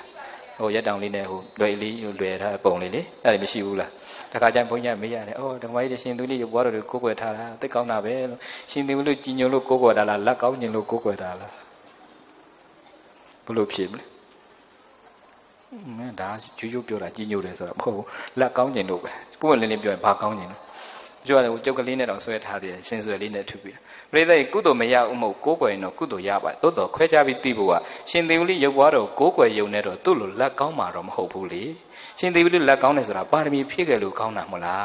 းသူ့ကိုကိုးကွယ်နေသူ့လိုတော့လက်မကောင်းဘူးတို့သူများကုသိုလ်အချောင်နိုင်မစားနဲ့ကိုလုံးမှကိုရမှာလေဟုတ်လားမဟုတ်ဘူးလားကုသိုလ်တော့ဖြစ်တယ်သူ့လိုတော့လက်ကောင်းနိုင်ပါမလားရှင်သေဝလိလက်လာပါကောင်းတယ်ဆိုတာပါရမီဖြည့်ခဲ့လို့လားမဖြည့်ခဲ့လို့အဲ့ဒါပဲတခါကအချောင်နေသိမလိုက်နဲ့နော်ဘုရားဘာသာကြီးတော်တော်များတဲ့အချောင်လိုက်တယ်အမေဖရာတော်မှာဈေးကွက်နဲ့ကိုးကွယ်တဲ့သူကရှိတယ်ဘာနေသမီးဘာတစ်သားနဲ့ဘာနံနဲ့ထုထားတာဆိုတော့အဲ့ဒါမျိုးတွေကပါသေးတယ်လောကဓာတ်ဆရာတွေဤအရာလောက်ကြတချို့အိမ်တွေမှာကိုးကွယ်တာရှိတယ်အိုးဒက္ခိဏတာကဖရာကိုးကွယ်တဲ့သူတွေဒက္ခိဏတာကဘာဖြစ်လို့ကိုးကွယ်တယ်အိုးဒက္ခိဏတာကဖရာကိုးကွယ်တော့မိဘတွေကွင်းတယ်ဖရာဆိုပြောတယ်အော်ဖရာကြင်ကြတာမဟုတ်တာလို့မိကင်းဆောင်ခိုင်းတာပဲနော်နှလုံးသားထဲမှာဖရာတည်ရင်နေရာတိုင်းမှာဖရာရှိပါတယ်ယောဓမ္မံပတ္တတိသောမံပတ္တတိယောကျင်ပုဂ္ဂိုလ်သည်ဓမ္မတရားကိုပတ္တတိသိပြီးတော့ကျင့်မယ်ဆိုရင်သောထိုဖရာကိုတရားကိုသိပြီးကျင့်တဲ့ပုဂ္ဂိုလ်တွေအတွက်မင်္ဂဖရာသည်ပတ္တတိနေရာတိုင်းမှာရှိပါတယ်တရားရှိရင်ဖရာရှိပါတယ်ဘာရှိရင်လဲတရားရှိရင်ဖရာရှိတယ်ပြောချင်တာကရှင်သေဝလိလက်ကောင်းတာကိုတို့ကကိုးကွယ်နေတော့သူ့လိုလက်ကောင်းမှာမဟုတ်အချောင်နိုင်မစားနဲ့သူများကုသိုလ်ကိုလုံးမှခွေရတာနော်ရှင်သေဝလိလက်ကောင်းတာပဲလူတွေမြင်ကြတာကိုအတိတ်ဘဝဝကျွေးတွေပါလာတော့ရှင်သေဝလိလောင်းလျာလေးကနောက်ဆုံးဘဝမှာအမိတ်ပိုက်ထဲမှာ9နှစ်9လ9ရက်ကွေးကွေးလေးနေခဲ့ရတဲ့ဝကျွေးတွေရှိခဲ့တယ်မရှိခဲ့ဘူးလားဟော9နှစ်9လ9ရက်ပိုက်ထဲမှာပရိသန်တွေကွေးကွေးလေးနေခဲ့ရတာပင်မလားမပင်မလားဟောဒီပရိသတ်တွေပိုက်ထဲမှာဘယ်လောက်နေခဲ့9လလွယ်10လဖွာတချို့က9လနဲ့ထွက်လာတယ်သူမရှိဘူးလားလမပြည့်ခတ်ကြောင်ကြောင်ဖြစ်တတ်တယ်ဆိုပြောတာပဲကြည်စမ်းကိုရီတော်မှမြန်မြန်ထွက်ကျင်လို့လာတော့မဆောင်9လနဲ့ပြည့်ထွက်ကျင်ဟိုမှာကြည်စမ်းမအောင်9နှစ်ကျော်ဘလောက်ပင်မလိုက်မလဲဒီဝမ်းကြတဲ့ထဲမှာနေရတာ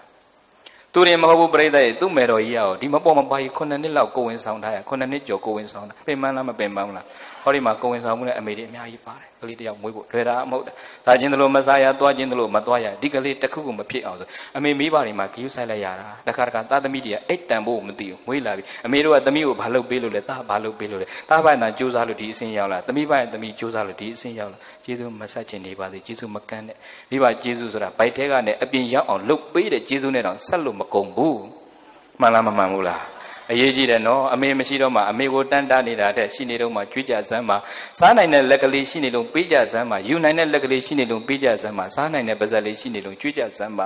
လက်လည်းမယူနိုင်ပါးစပ်လည်းမစားနိုင်တော့မှအမေတန်းတာပြီးအမေခြေရထိုင်ရှင်ခိုးနေနေသိကြိုးမရှိဘူးနော်ကုသိုလ်တော်ရတယ်ရှင်နေတော့မှတန်ဖိုးသိဖို့လိုလားမလိုဘူးလာ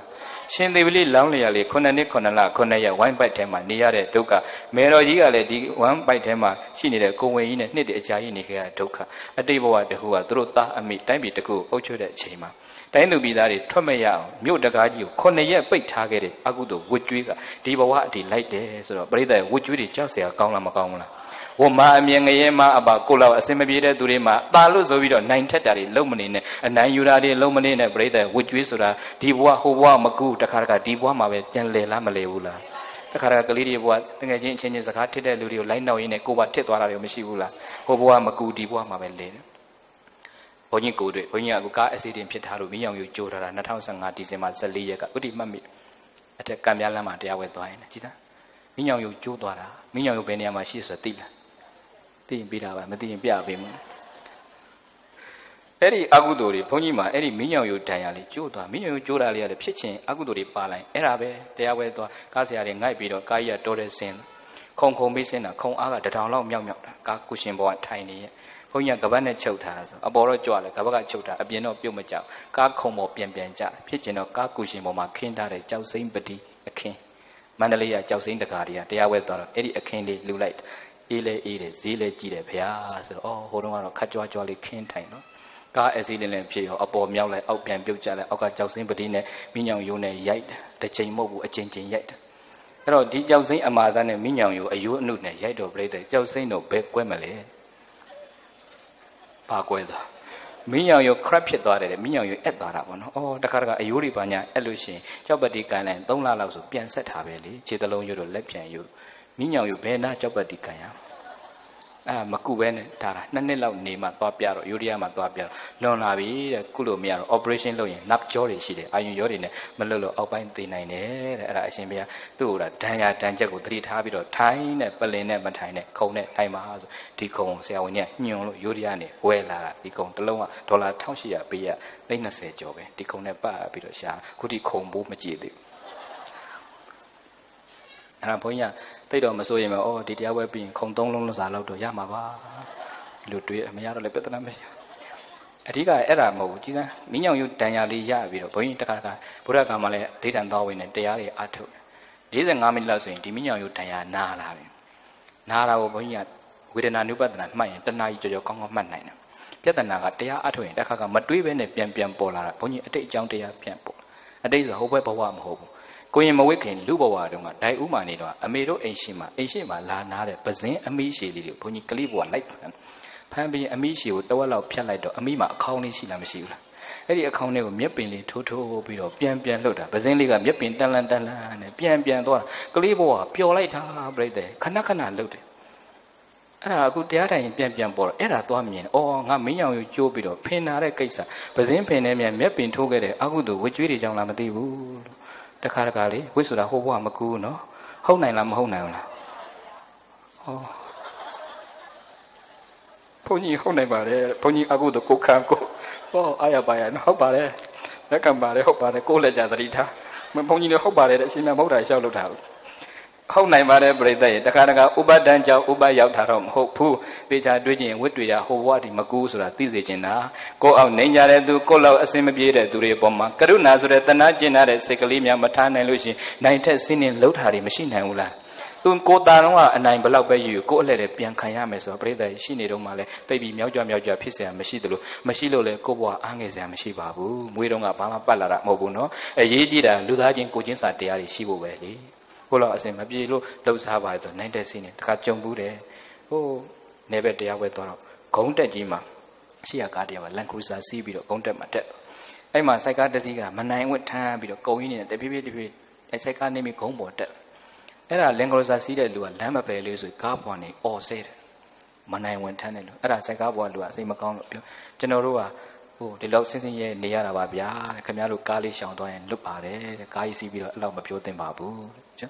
ျကရုဏာတရားမရှိတော့အဲ့ဒါတွေရှိတဲ့လူတွေကအနိုင်ထက်တွေစကလုံးနဲ့ပြောသွားတာရှိလားမရှိဘူးလားသူဖြစ်တော့လည်းထုပေါ့ပြိတ္တကိုဖြစ်တဲ့အခါခံနိုင်ရလားမခံရဘူးလားအဲကြောင့်မလို့ကိုအောင်နိုင်ကြတဲ့သူတွေနဲ့လည်းတွေ့ရမှာပဲအဲ့လိုတွေ့တဲ့အခါမှာတဏှာကျင်နာတဲ့စိတ်ကလေးများမွေးလိုက်စမ်းမှာခွင့်လွတ်တတ်တဲ့စိတ်ကလေးမွေးရင်သက်သာသွားတာပဲမဟုတ်လို့ရှိရင်အဲ့ဒီစိတ်နဲ့သူတစ်ပါးကိုအနိုင်ယူကိုလည်းခံရလားမခံရဘူးလားမြတ်စွာဘုရားပြမစိုးနှလုံးသားနဲ့နေမယ်စဉ်ကိုအောင်အစင်မပြေတဲ့သူတွေကိုအောင်နိုင်ကြတဲ့သူတွေကရုဏာနဲ့ဆက်ဆံနိုင်အောင်ကြိုးစားဆိုကြည့်ပါကိုအောင်ငယ်လည်းရင်ကရုဏာဝင်မဝင်နိုင်ကနိုင်တတ်သည်နိုင်မဲ့အစားကရုဏာထားစိတ်ထားပြုပြင်ပြောင်းရမည်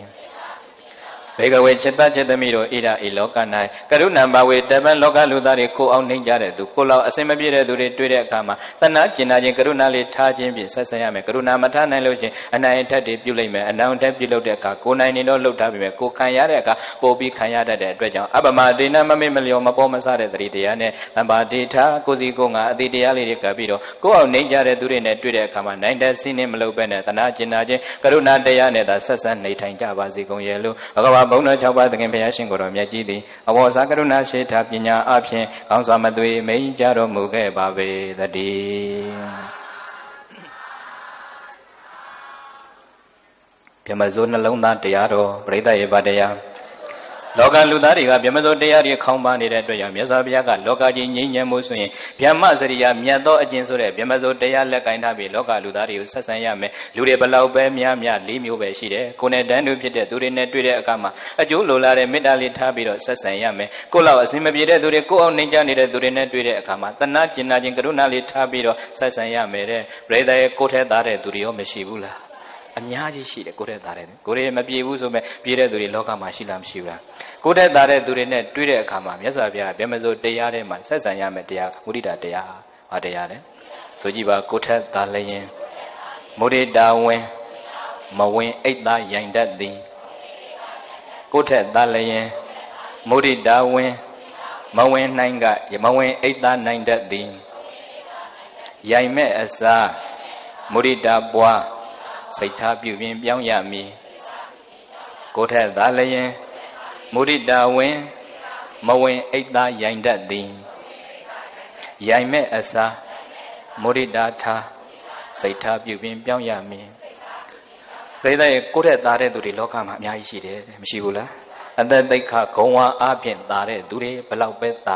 ာကိုယ်ထက်သာနေပြီဆိုရင်မုဒိတာထားနိုင်အောင်ကြိုးစားကိုယ်အသက်အားဖြင့်တချို့ကငယ်ပေမဲ့ဂုံကြီးတဲ့သူတွေမရှိဘူးလားအဲ့ဒါလေကိုယ်တည်းကြီးတာပဲတချို့ကတော့ဂုံမရှိပေမဲ့အသက်ကြီးတဲ့သူတွေရောမရှိဘူးလားလောကမှာဂုံက2မျိုးအရွယ်အားဖြင့်ကြီးတဲ့ဂုံရဲ့ဂုံအားဖြင့်ကြီးတဲ့ဂုံရဲ့ကုဏဥဒ္ဓိဝယဥဒ္ဓိကြီးခြင်းက2မျိုးရှိတယ်အသက်ငယ်ပေမဲ့ဂုံကြီးတဲ့သူတွေကိုလည်းပဲ respect ပေးရမယ်ရှိခိုးဖို့မဟုတ်အယုဒိပေးမုဒိတာပွားရတယ်အသက်ဂုံနေတော့မရှိမဲ့အသက်ကြီးတဲ့သူတွေကိုယ်ထက်တရက်တမနဲ့ကျင်တာအသက်ကြီးတာအဲ့ဒီပုံကိုယ်တွေလည်း respect ပေးရတယ်တဲ့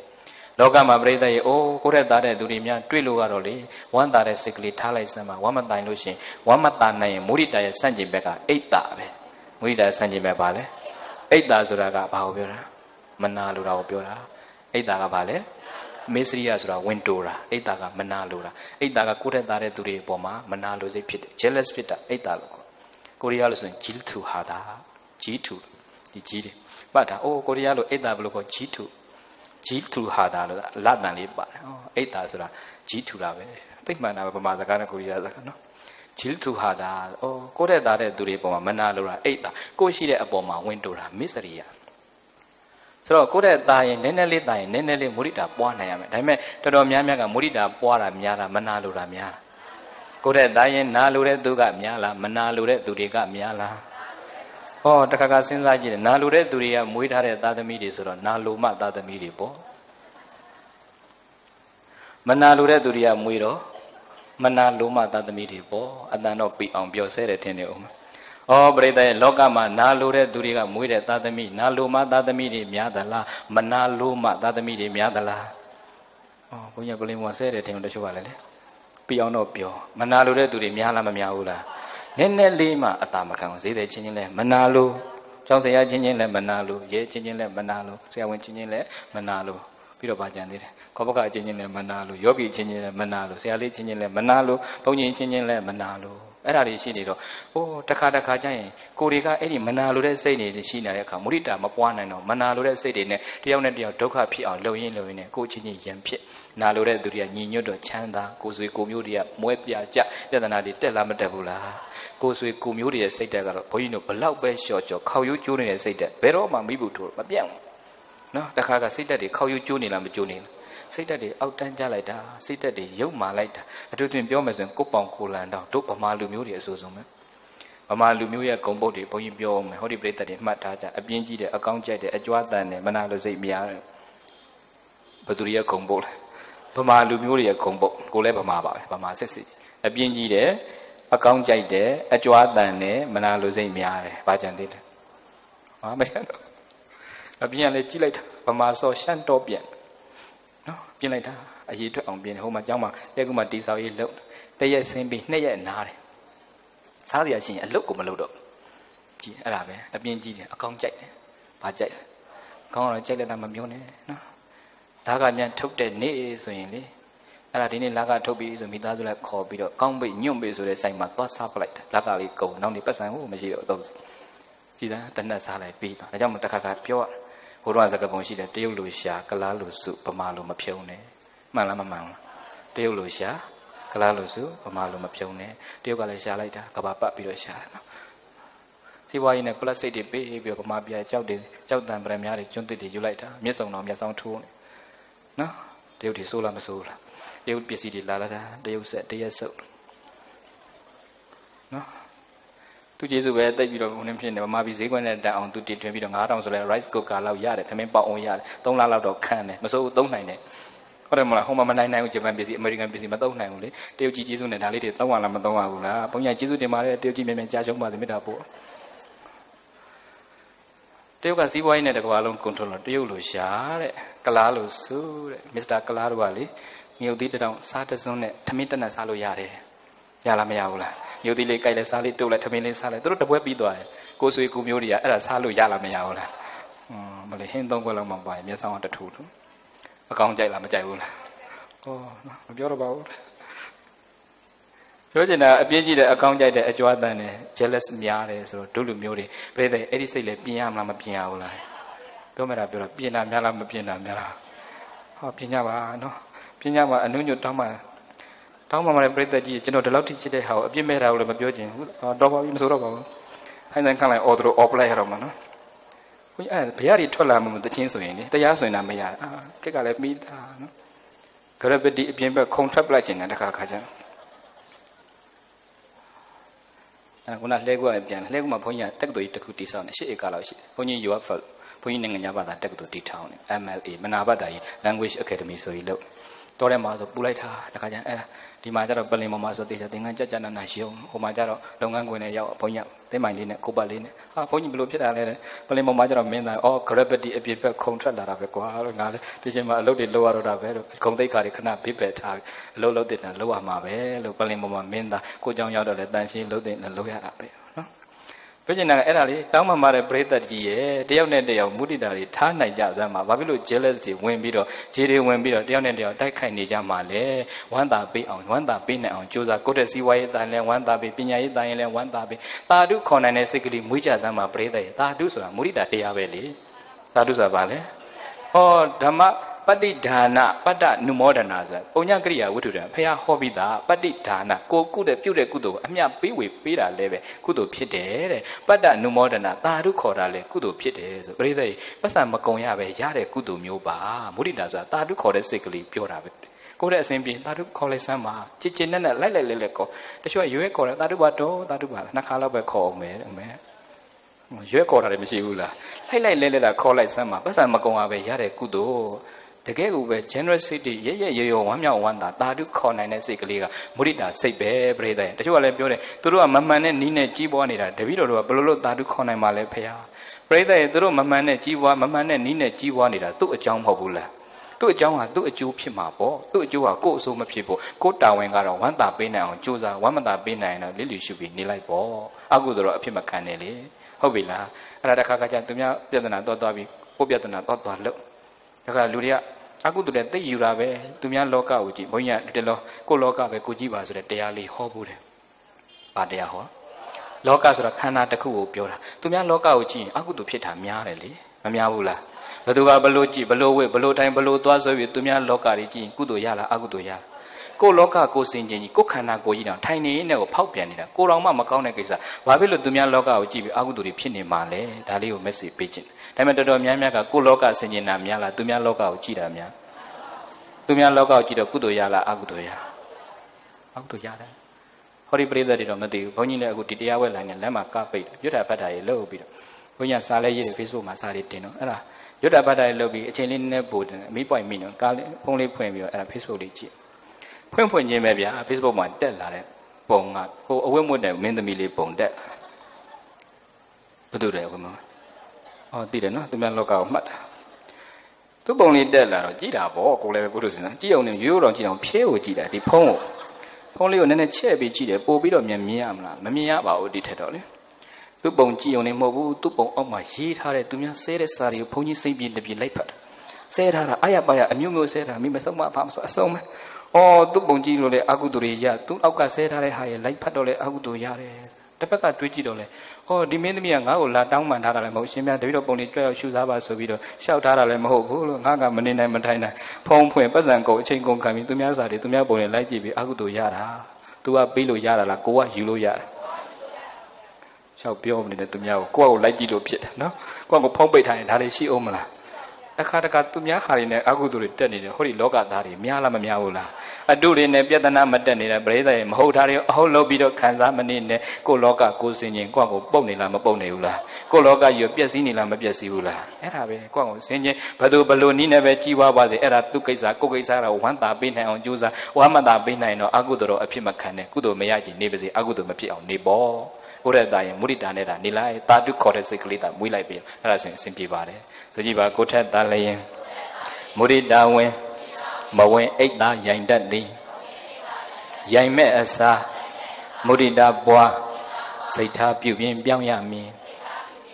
ဘေကဝေจิตจิตမိတို့ဣဒဤလောက၌မုဒိတံဘဝေတပကိုယ်တဲ့အတ္တတိကဂုံဝအပြင်သာရီနဲ့သူရီနဲ့တွေ့တဲ့အခါမှာဝမ်းမြောက်ဝမ်းသာတာတုခေါ်နိုင်တဲ့မုဒိတတရားလေးပွားခြင်းအပြင်နေထိုင်ရမယ်မုဒိတမပွားနိုင်လို့ခြင်းမနာလို့ခြင်းဣဒ္ဓတရားတွေကကိုစိတ်မှာထားလို့ခြင်းဣဇရာတွေတောင်ရှားပြီးတော့အစိမပြေစိတ်မချမ်းမသာတွေဖြစ်တဲ့အတွက်ကြောင့်သူ့ဘက်ကဘလို့ပဲသာသာကိုယ့်ဘက်ကမုဒိတပွားပြီးနေထိုင်နိုင်ရမယ်ရဲ့လို့ဘဂဝါဘုန်းတော်၆ပါးသခင်ဘုရားရှင်ကိုယ်တော်မြတ်ကြီးသည်အဝေါစာကရုဏာရှိတာပညာအပြင်ကောင်းစွာမသွေမိန်ကြတော်မူခဲ့ပါပေတည်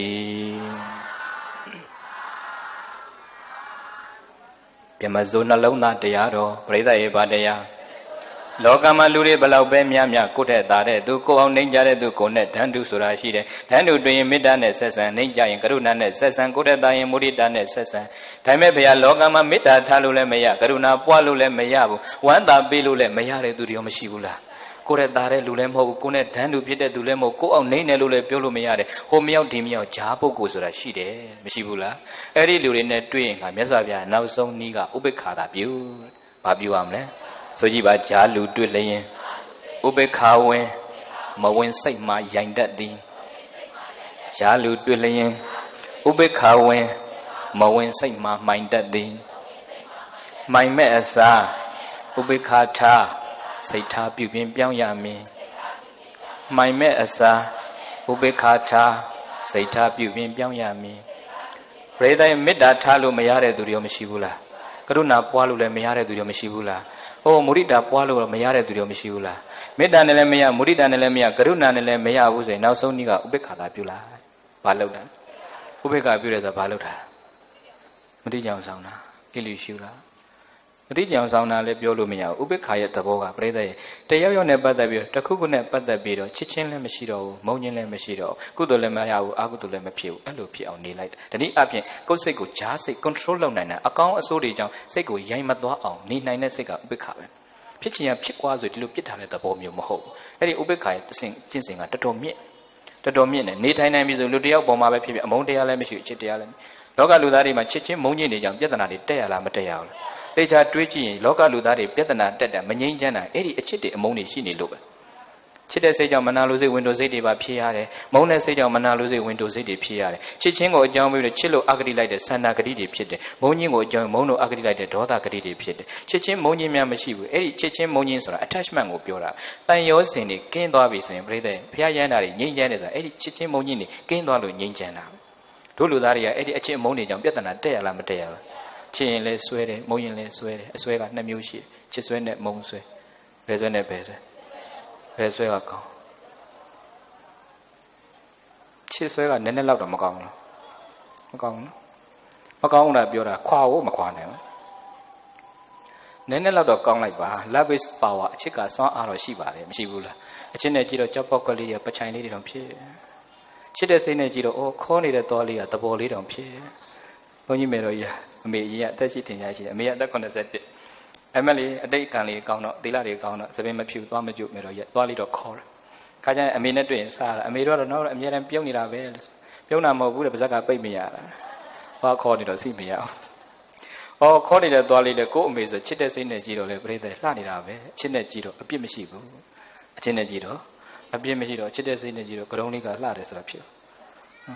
်ဟောတခါကစဉ်းစားကြည့်ဘုန်းကြီးနေအလှလဲကရုံးမှာပဲရှိတာတို့ဘုန်းကြီးနေသပင်မရှိမှလှတယ်ဘုန်းကြီးကလေဘုန်းကြီးသပင်နေများရှိရင်ကြည့်ကောင်းလားမကောင်းလားကောင်းလေးမြရဲ့ကိုယ်ရည်လေးစိပူချောတယ်ဘုန်းကြီးအလှကရုံးလူအလှကစတုံးလူကသပင်ရှိမှလှတယ်ဟိုမှာတိလိုက်ရှင်လူတွေကြည့်ကြည့်ပါကြည့်ရတာဆိုရတာသပင်မပါတော့မင်းကလေးတဲ့သပင်ပါမှကြည့်ကောင်းတိလိုက်ရှင်တွေ့လိုက်တဲ့လူတွေဟောဒီကရုံးမှကြည့်ရတာအဆင်မပြေဘူးဘုန်းကြီးကသပင်မရှိမှလှတယ်လူကသပင်နဲ့မှလှတယ်သပင်တူလေးနဲ့ဆိုပုံလေးတောင်ပြောင်းသွားတယ်အဲရောက်တယ်သပင်တူလေးရှာမတက်နဲ့ဒီတိုင်းလေးလှတယ်သပင်ဘုန်းကြီးကနောက်ပြောတာချစ်တဲ့စိတ်နဲ့ကြည့်တော့အပြစ်မရှိကရုံးလေးကလှတယ်ဆိုဘုန်းကြီးကကိုရီးယားမှာကျောင်းသားတက်တော့အဲ့ဒါလေးကြုံဘူးတယ်2003ခုနှစ်ဒီဇင်ဘာ24ရက်ကအစိုးရစကောလာနဲ့ပညာသွားတင်ကိုရီးယားမှာအေးတဲ့အချိန်ဒီဇင်ဘာဆို -5 အနှုတ်လက္ခဏာ9လောက်ရှိအလွန်အေးတဲ့အချိန်ဆိုရင်သူများနိုင်ငံမှာကျောင်းသွားတက်တော့ထေရဝါဒစတိုင်ဘုန်းကြီးကအပြောက်မခံကရုံးလေးပြောင်းအောင်တုံးသင်္ကန်းလေးကြကြနနရုံအလှပြင်ပြီးတော့စာသင်္ကန်းနဲ့ဝင်ဟိုကျောင်းသားတွေကအများကြီးဘုန်းကြီးဆိုမြန်မာပြည်2ပါးရှိတဏ္ဍကိုရီးယားကျောင်းသားကျောင်းသူတွေဒီလောက်အေးတဲ့အချိန်ခေါင်းကိုပြောင်းအောင်ရိပ်ပြီးသင်္ကန်းလေးရုံဝင်လာတော့ခိုက်တော့တုံးနေလက်တွေပါတုံးဟိုဘက်ကလူတွေကစာသင်္ကန်းနဲ့ဝင်တော့ဟီတာတော့ရှိတယ်တော့မအေးဘူးအပြစ်မအေးစာသင်္ကန်းနဲ့ဘုန်းကြီးတွေကရုံးပြောင်းမှန်းနဲ့ဝင်လာတော့ကိုရီးယားကျောင်းသားကျောင်းသူတွေကပြုံးစီနဲ့ကြည့်အဲ့ဒီကမှထူးခြားတဲ့ကလေးမလေးတယောက်ကပြုံးယုံနေမို့လက်ညှိုးတထိုးနဲ့ဘုန်းကြီးကိုစိုက်ကြည့်အဲ့ဒါဒီကောင်မလေးထူးဆန်းတယ်သူ့နာသွားပြီစိုက်ကြည့်နေအလိုက်သိရမှာပေါ့လို့သူနာသွားနေငါ့ကိုဘာဖြစ်လို့စိုက်ကြည့်နေတာလဲဘာလို့ကြည့်ပြီးပြုံးနေတာလဲပေါ့အဲ့တော့ကိုရီးယားလိုမျိုးအင်္ဂလိပ်လိုမေး Why are you smiling looking me နေငါ့ကိုကြည့်ဘာလို့ပြုံးတာလဲဆိုရည်ကျင်လို့ပါဟောဘာဖြစ်လို့ရည်ကျင်တာလဲသိတာပေါ့ရည်ကျင်တာလဲဘာဖြစ်လို့ရည်ကျင်တာမဟုတ်ဘူးတဲ့ဒီလောက်အေးတဲ့နိုင်ငံကြီးကိုလာပြီးတော့တဲ့ကတုံးကိုပြောင်းအောင်တုံးပြီးတော့အပေါ်ကသူများလိုကုတ်အင်းကြီးမဟုတ်ဘဲနဲ့စောင်းကြီးပတ်ထားတာကြည့်ပြီးရည်ကျင်လို့သင်္ကန်းမှလည်းမသူဆောင်းတဲ့ using the blanket အင်္ဂလိပ်လိုသူပြောဆောင်းမဟုတ်ဘူးလို့သင်္ကန်းလို့ပြောပြအောက်ကိုလက်ညှိုးတွေ့အောက်ကစကတ်ကြီးဝတ်ထားတာလားစကတ်မဟုတ်ဘူးလို့သင်မိုင်လို့ပြောသင်မိုင်ဆိုတော့ဂွင်းလားဖြန့်လားတော့ပေါက်ကြရမိတယ်မဂွင်းဘူးဖြန့်ရင်ဘုန်းကြီးတွေကဝိနည်းမအပ်လျင်သင်မိုင်ဂွင်းအရှင်းမဝေရသာပေမှာဝိနည်းတော်ရသင်္ကန်းဂွင်းပြီးဝေအဘတ်တင်မအပ်ဘူးဝိနည်းမအပ်လျင်သင်မိုင်ဂွင်းအရှင်းမဝေမဂွင်းဘူးဖြန့်ရင်ဆိုတော့သူကဟောပြန်ဆိုတယ်ပြန်ပေါ့အဲ့ဒါဟိုကြည့်ကြည့်နေပါအောင်နဲ့အောက်ခံဘာဝိထားလဲတော့ပေါက်ကြရမိတယ်ဘာမှဝတ်မထားဘူးဆိုမယုံပါဘူး I don't believe you မယုံဘူးတဲ့တကယ်ဝတ်မထားဘူးဆိုမယုံပါဘူးနှစ်ခါသုံးခါလောက်ပြောတော့မယုံရင်ပြမယ်လေဆိုထွက်ပြေးတော့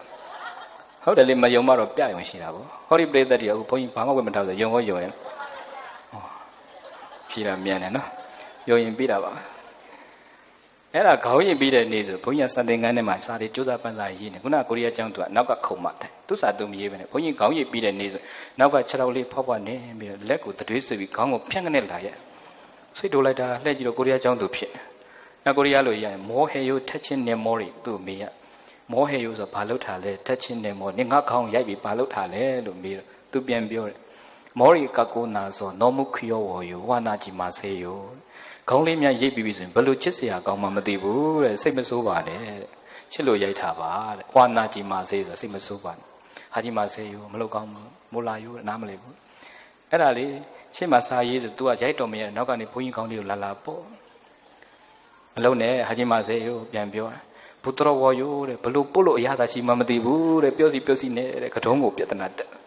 အဲ့မလုပ်ကောင်းဘူးလို့ပြောလဲမရဘူးလစ်ထန်နဲ့ပုတ်ထားပဲ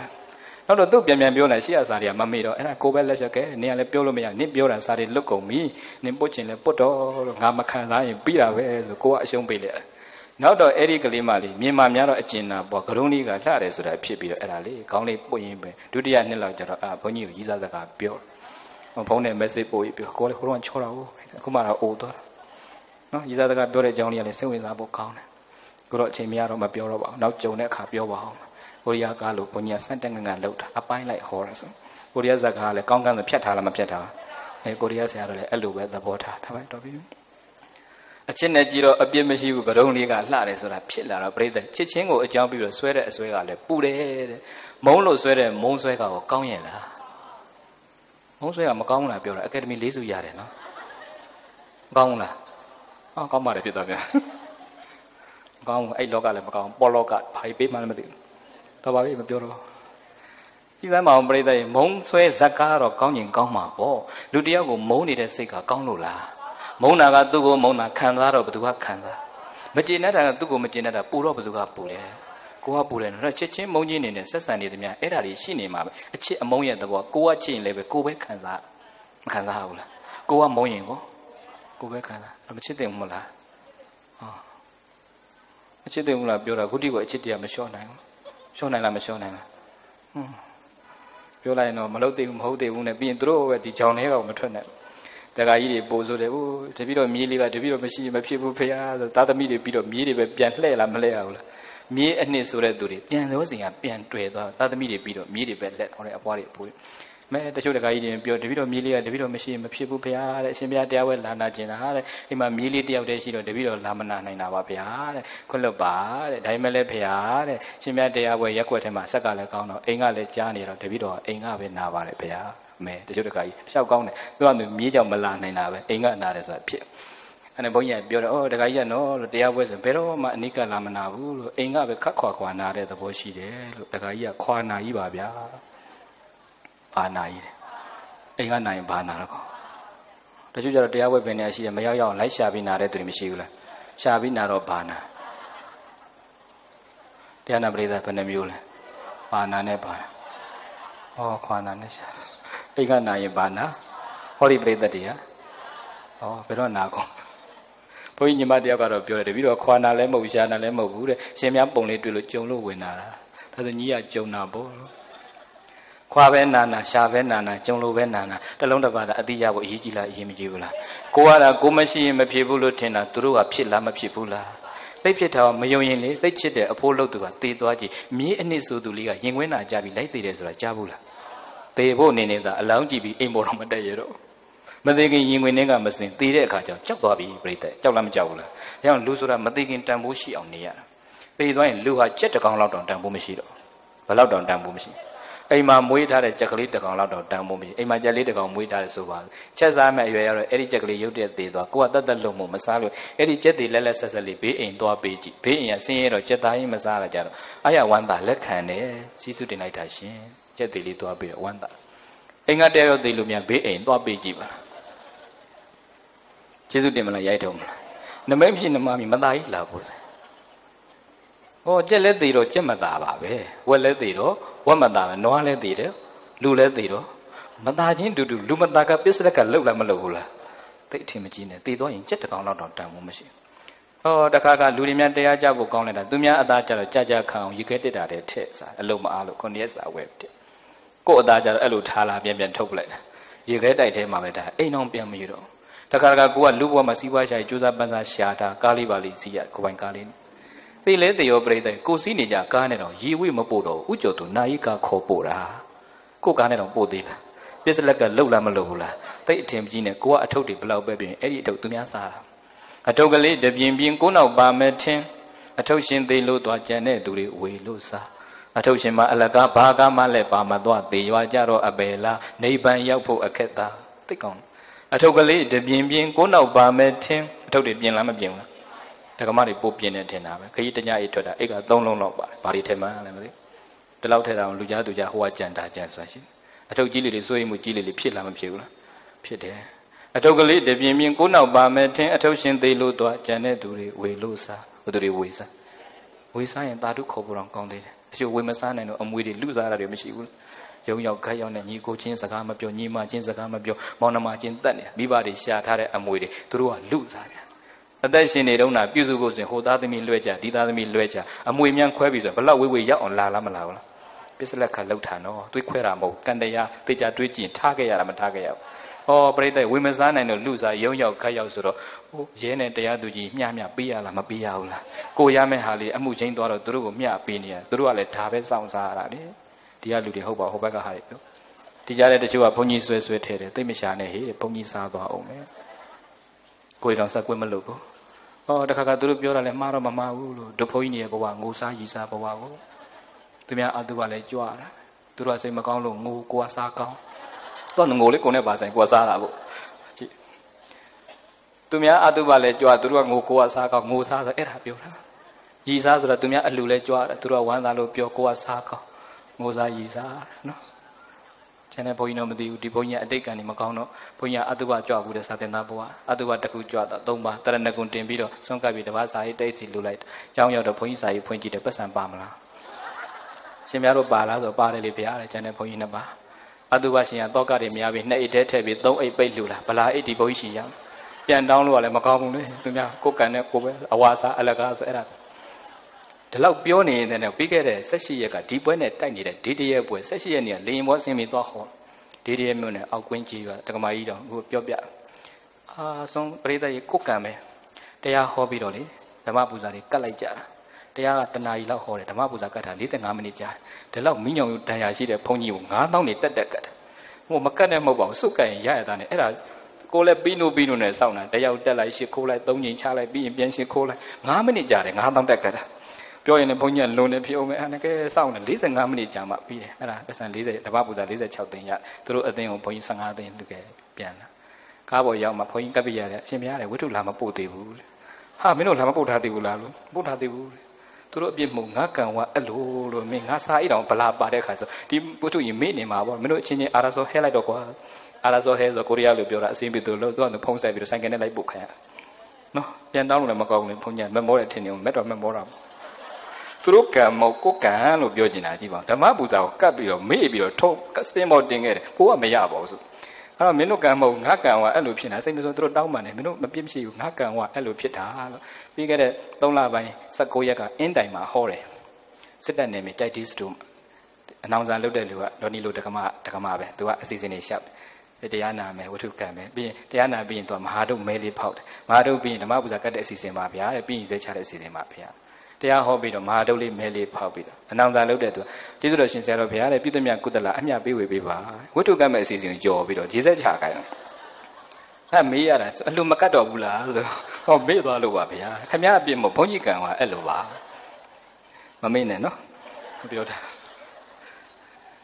ာအထုပ်ကလေးတပြင်းပြင်းကိုနောက်ပါမယ်ထင်အထုပ်ရှင်သေးလို့သွားကြံတဲ့သူတွေဝေလို့စားအထုပ်ရှင်မအလကဘာကမှလည်းပါမသွားသေးရွာကြတော့အပယ်လားနိဗ္ဗာန်ရောက်ဖို့အခက်သာချစ်လို့ဆွဲတဲ့ချစ်ဆွဲတွေနဲ့ဘလောက်ပဲဆွဲသိရင်အကုန်ထားတော့ဘသူကမှမချစ်နဲ့ဘသူကမှမမုန်းနဲ့ချစ်ချင်းမုန်းချင်းကင်းနေဆိုတဲ့စိတ်ကဥပိ္ပခာစိတ်ပဲလိုအပ်ရင်သာသမီဖြစ်လင်ကစားဥပိ္ပခာသာပြုလိုက်တော့တဲ့မေတ္တာနဲ့မရရင်လည်းမေတ္တာနဲ့မရကရုဏာနဲ့မရမုဒိတာနဲ့လည်းမရရင်ဘာလို့အောင်ဥပိ္ပခာသာပြုလိုက်တော့သဗ္ဗေတ္တကာမတက္ကဒုက္ခနဲ့သူပဲဆိုဥပိ္ပခာနဲ့နေချစ်ချင်းမုန်းချင်းတွေရှောင်လိုက်တော့အဲ့ဒါဆိုရင်ပြိဿရဲ့ဘာလို့မှဘလို့နီးနဲ့မှမရတဲ့သူဆိုရင်တော့ဥပိ္ပခာနဲ့ဆက်ဆိုင်ရင်အလုံးနဲ့အစဉ်ပြေပါတယ်နောက်ဆုံးနီးကဥပိ္ပခာ3ပေတော့ဆိုကြည့်ပါဂျာလူတွေ့လျင်ဥပိ္ပခာဝင်မဝင်စိတ်မှမှိုင်တတ်သည်မှိုင်မဲ့အစားဥပိ္ပခာထားစိတ်ထားပြုပြင်ပြောင်းရမည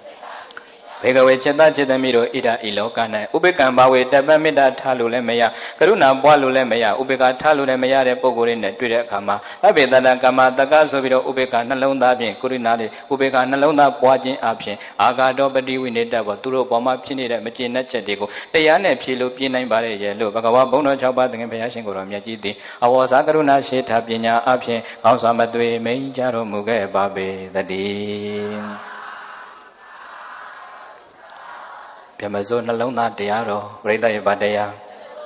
းလောကလူသားတွေဗျမစိုးတရားတွေစိတ်သုံးနေပြီတဲ့အဲ့ဒါစိတ်သုံးနေတဲ့လောကကြီးမှာတို့တွေတယောက်နဲ့တယောက်ငြင်းငြင်းညံ့ညံ့ဖြစ်ဖို့ဆိုရင်ဗျမစရိယဆိုမြတ်သောကျင့်စဉ်ဗျမစိုးနှလုံးသားဗျမစိုးတရားလက်ကင်ထားပြီးတော့ဆက်ဆံကြပြီတော့လူအမျိုးမျိုးစိတ်အတွေ့တွေဘလောက်ပဲပေါ်လူသားတွေခွဲခြမ်းကြည့်တော့ကိုယ်နဲ့တန်းတူဖြစ်တဲ့သူရဲ့ကိုယ်အောင်နှိမ့်ကြတဲ့သူရဲ့ကိုယ်ထက်သားတဲ့သူရဲ့ဟိုမရောက်ဒီမရောက်ဂျားသူဆိုဒီ၄မျိုးပဲရှိပါတယ်အဲ့ဒီ၄မျိုးကိုတန်းတူနဲ့တွေ့ရင်မေတ္တာနဲ့ဆက်ဆံနှိမ့်ကြတဲ့သူနဲ့တွေ့ရင်ကရုဏာနဲ့ဆက်ဆံကိုယ်ထက်သားတဲ့သူနဲ့တွေ့ရင်မုဒိတာနဲ့ဆက်ဆံဘလို့မှမရရင်တော့ဥပေက္ခာသာပြုဆိုတော့အဲ့ဒီဗျမစိုးနှလုံးသားဗျမစိုးတရားလက်ကင်ထားရင်လက်ဆက်ဆံကြရင်အလုံးငြိမ်းချမ်းပါတယ်ဆိုတာပရိသတ်ရဲ့နှစ်သက်ဥဘုန်းကြီးဓမ္မလက်ဆောင်ပေးပါတယ်ဗျမစိုးနှလုံးသားတရားတော်ဘာတရားတွေတော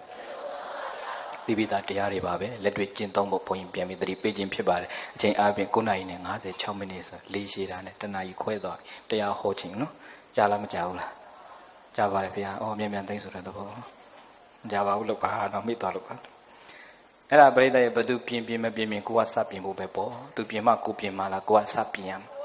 ်သူပြောင်းမှကိုပြောင်းမှလားကိုကစပြောင်းသူကောင်းမှကိုကောင်းမှလားကိုကစကောင်း ကိုကောင်းရင်တန်းနဲ့သူမကောင်းရင်သူ့အကြောင်းနော်သူ့အကြောင်းဟာသူ့အကျိုးပေါ့သူ့အကျိုးဟာကိုယ်စိုးမဖြစ်စေနဲ့ကိုကစပြီးတော့ပြင်ကြပါဘယ်မစိုးတရားလက်ကင်ထားပြီးဘယ်မစိုးနှလုံးသားပိုင်ရှင်များဖြစ်ကြပါစေဇာနာပြရင်ကြပြလေးတွေဆိုပြီးတရားသိမ့်ကြအောင်စို့တန်တူတွေ့လျင်မေတ္တာဝင်မဝင်နိုင်ကပြိုင်တတ်သည်ပြိုင်မဲ့အစားမေတ္တာထားစိတ်ထားပြုပြီးပြောင်းရမည်ကိုအောင်ငယ်လျင်ကရုဏာဝင်မဝင်နိုင်ကနိုင်တတ်သည်နိုင်မဲ့အစားကရုဏာထားစိတ်ထားပြုပြီးပြောင်းရမည်ကိုထက်သာလျင်မုဒိတာဝင်မဝင်အိတ်သာရိုင်တတ်သည်ရိုင်မဲ့အစားမုဒိတာထားစိတ်ထားပြုပြီးပြောင်းရမည်ဂျာလူတွေ့လျင်ဥပေက္ခဝင်မဝင်စိတ်မှမှိုင်တတ်သည်မှိုင်မဲ့အစားဥပေက္ခထားစိတ်ထားပြုပြီးပြောင်းရမည်ဘသူပြင်းပြင်းမပြင်းပြင်းကိုကဆလို့ပြင်ရမယ်ဘသူပြောင်းပြောင်းမပြောင်းပြောင်းကိုကဆလို့ပြောင်းရမယ်ဘသူကောင်းကောင်းမကောင်းကောင်းကိုကဆလို့ကောင်းရမယ်ဒုက္ခဇနေတိပုံညာဝဒုက္ခဇနေတိအပုံညာဝတတမပုံညာဝကာတပံအပုံညာနာသကာတပံပုံညာဝကုသိုလ်ကောင်းမှုကသာလျင်ဒုက္ခချမ်းသာကိုဇနေတိဖြစ်စေတတ်ပါပေ၏အပုံညာမကောင်းမှုအကုသိုလ်ကတော့ဒုက္ခဆင်းရဲကိုသာလျင်ဇနေတိဖြစ်စေတတ်ပါပေ၏တတမထို့ကြောင့်ပုံညာဝကုသိုလ်ကောင်းမှုကိုသာလျင်ကာတပပြုလုပ်ကြရ၏အပုံညာမကောင်းမှုအကုသိုလ်ကိုတော့နာသကာတပံပဲသောခါမှမပြုလုပ်ကြရဘူးရဲ့လို့ဗဏိတေဟိဖျားဆရှိတဲ့ရိယာရှင်ကောင်းရှင်မြတ်တို့ကဟောစတိကောင်းစွာမသွေမိန်ကြတော်မူခဲ့ပါပေတည်း